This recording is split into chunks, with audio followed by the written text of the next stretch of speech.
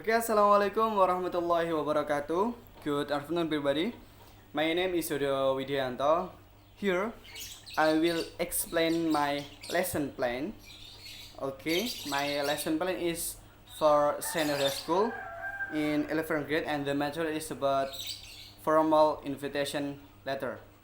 So, there are four basic competence in my lesson plans. The first is 3.3, membedakan fungsi sosial, struktur teks, dan unsur kebahasaan beberapa teks khusus dalam bentuk undangan resmi dengan memberi dan meminta informasi terkait kegiatan sekolah atau tempat kerja sesuai dengan konteks penggunaannya. And from this basic competence, I make two indicator.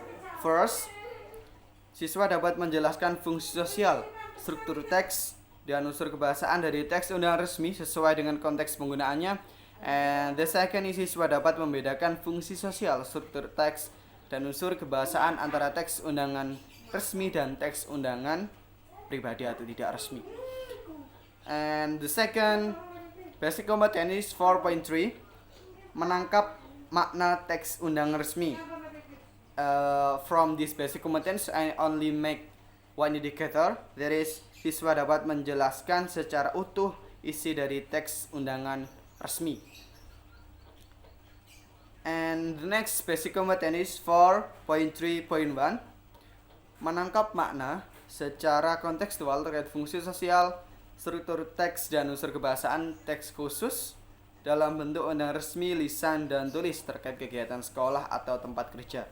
From this basic competence, I make two indicators. The first is siswa dapat mempresentasikan teks undangan resmi yang telah diberikan, and the second, siswa dapat menjawab soal lisan maupun tulis terkait teks undangan resmi.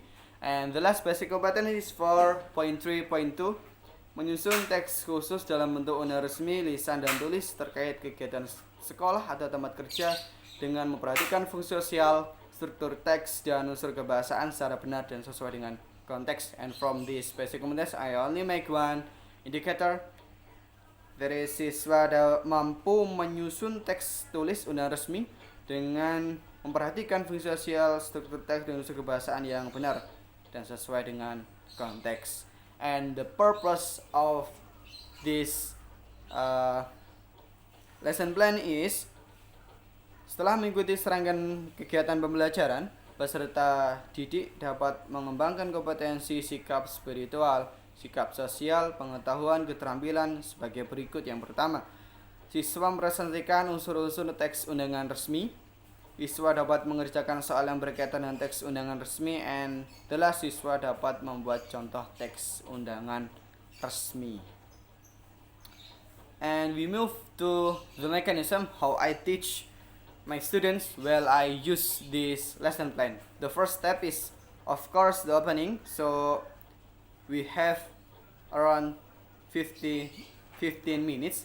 We have to remember, when we teaching in senior school, we have around 90 minutes. So we divide it become three parts. The first is from opening, and the second is for teaching activity, and the last is for closing. And for opening, we just need 50 minutes. The activity, we can ask the student condition, check the attendance list, and check the student ready or not for getting the material. That is for the opening. And for the teaching activity, first is a perception. In a perception, I will show a video about graduation to the students. After they watch the video, I will ask to them how the audience can attend the graduation. Of course, in this case, the answer that I want is by make or by send a formal invitation letter. Of course, from school to the parent. After I will correct it to the material as the first activities presentation. In presentation, I will give some examples of formal invitation letter to the students. The different example. This is different about the topic, also the content of the text. And the next is I asked the students to analyze the generic structure of the invitation letter as by using their background knowledge. And the next activity, I will ask some of students to come forward and then write down on the whiteboard how many generic structure and what are the generic structure of formal invitation letter. After the student fill all of the generic structure in whiteboard that I have already prepared before, I will give explanation to make clear the student understanding about the generic structure of formal invitation letter. And we move to the next activity. In this activity, I will divide the class become several groups. For example, if there are 30 students, so I will divide become 5 or 6 groups contain 5 or 6 students.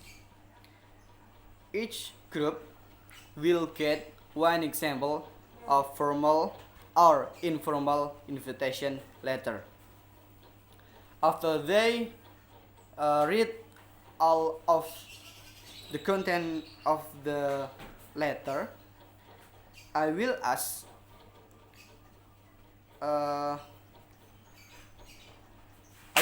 the student to make a discussion what is the different the content and also the language feature of their invitation letter that they got. From this activity, I wish that all of the students can know the difference between formal invitation and informal invitation letter. Of course, after all of the groups explain it, I will add more explanation. I will make a correction. I will give a correction with their presentation in order to make clear their understanding about the material. Okay, we move to the next activity. In this activity, the students come back to their chair and I will spread some of assignment, some of tasks, some of question about formal invitation letter. So this is reading activity. By this activity, I wish that the students are understand well about the content of the formal invitation letter. So this is individual activity. And the last activity is product. In this activity, I will ask the student to make their own formal invitation letter. I not decide the theme. I do not ask the students how to make it.